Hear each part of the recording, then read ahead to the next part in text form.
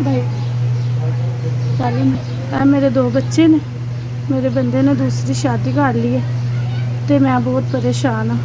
तो सानू छड्ड के चला गया तो ना वो घर आंदा तो ना सानू पुछदा वे।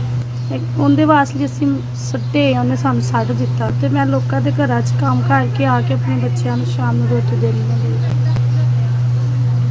बई मेहनत मजदूरी करता सी तो कोई ऐसा मसला नहीं सी, बस उन्होंने सानू छड्ड के चला गया।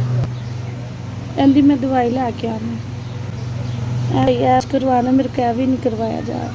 मेरी अख च पता नहीं की दाना है।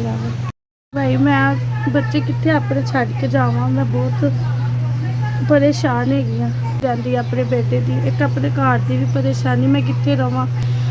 माँ प्यो वाले भी जानी हाँ तो उन्हें एक दिन रोटी खवाते, दूसरे दिन वो भी कहते हैं अपने घर जा।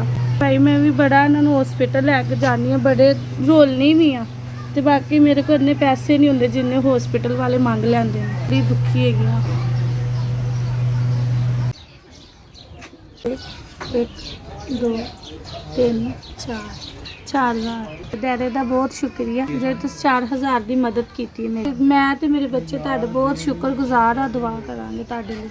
मेरे इस बच्चे दी अखां दा मसला है, इन्हां को डॉक्टर को नहीं सी लैके जांदी है। हुण मैं इहदा इलाज करवावांगी तुहाडी मदद दे नाल। तुहाडे प्यारे दा बहुत शुक्र, 4000 दी मेरी मदद की है। 4000 मेरे को पहुँच गया। अल्लाह ताला तुहाडे प्यारे नूं खुश रखे, गरीबां दी मदद कर दिओ। तुसीं गरीबां दी गल सुन के उन्हां दी मदद कर दिओ। तुहाडे प्यारे दी बड़ी मेहरबानी, आबाद रखे। तुस साडे प्यारे दा बहुत शुक्रिया, तुहाडे 4000 घल्लेआ होया मेरे को पहुँच गया। एहसान कदी नहीं भुल्लांगी, तुहाडी बड़ी मेहरबानी।